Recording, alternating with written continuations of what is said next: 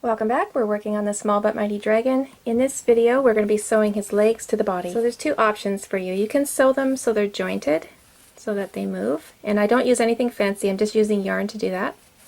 So they can move and he can sit if he has jointed legs.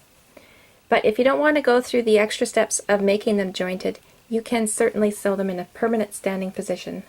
And that video is popping up on your screen. You can just click that one and that will bring you to this one here. Those of you who want your dragon to be able to stand or sit, then you continue watching this video. So for this, all we need is our blunt end yarn needle. Let's get started. And I am absolutely no expert in jointing. I really am not. Probably the way I do it's pretty basic, and I'm sure a few of you probably have better ideas for jointing, but I'm just going to show you how I did it because it did work for me. And then if you have a better idea, then you feel free to do that.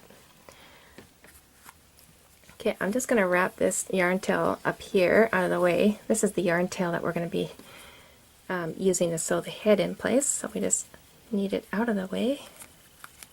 There we go.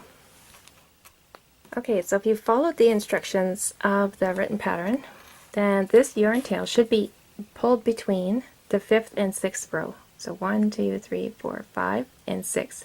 See how we're sitting in between there? And if you don't have it there, bring it through now and then just knot it off. And now we're going to take our yarn needle and we're going to go in between the 10th and 9th row here. 1, 2, 3, 4, 5, 6, 7, 8, 9, and 10. So in between there. I'm going to bring my yarn needle right through to the other side, directly out the other side. I'm just going to pull it in place.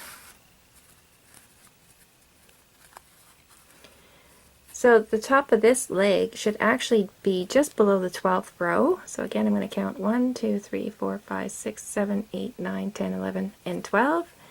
And there we are. There's the 12th row, and there's the leg. 12th row. Okay, I'm going to pull fairly tight. I'm going to go back in over a stitch post, so the yarn has something to hang on to. I'm going to bring it out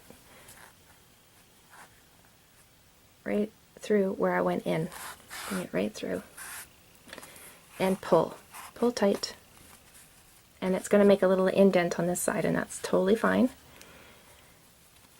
Okay, I'm going to go through the leg itself, just through the side of the leg, just through a couple of stitches there. Okay, just so it has something to hang on to in there. Then I'm going to bring that yarn tail back through where I went through. So I'm pushing my needle through and back out the other side again. And I'm going to pull tight.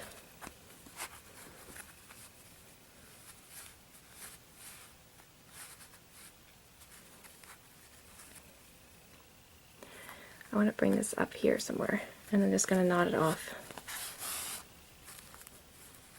A little bit too hard to knot off inside there.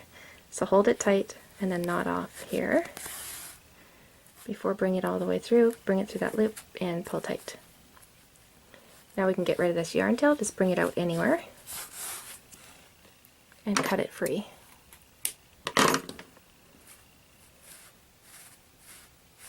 And that's pretty secure. That's actually pretty secure in there. Pretty stable. Now let's do the other one. And same thing, let's count between the 9th and 10th row. 1, 2, 1, 2, 3, 4, 5, 6, 7, 8, 9, and 10. So right there. Bring it through, push this other leg out of the way, and bring it underneath there. So it'll be out of the way, we won't see it. It'll be behind the leg. Pull it through.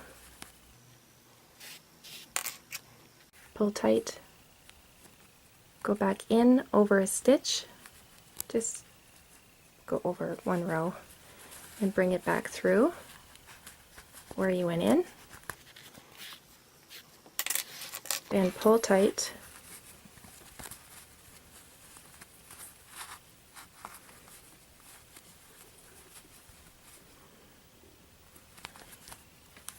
Now again, we're going to go through the leg on the inside, bringing our yarn through the side of the leg on the inside.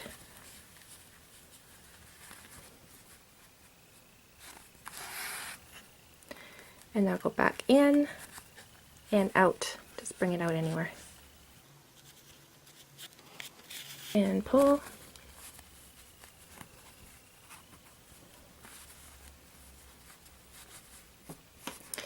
Make sure you're happy with that and that they're even. Oh, they look pretty good. So now I'm just going to knot this off. And then carry it away and cut it free. There we go, guys. That seems to be working out pretty well for me. I don't have small children playing rough with my dragons. I'm not sure how well they'd hold up to rough play, but so far mine have been doing pretty well. I've done a lot of photo shoots with mine. I've had them standing and sitting, and I have a couple of older sons that actually like these dragons and have tossed them around a little bit, and they've held up pretty good. So I'm pretty happy with that method. Like I said, I'm not an expert, and if you have a better method, then by all means use it, but hopefully that has helped some of you joint the legs of your dragon. That brings us to the end of this video. In the next one, we'll be working on his arms, and as soon as that one is available, it will be popping up on your screen.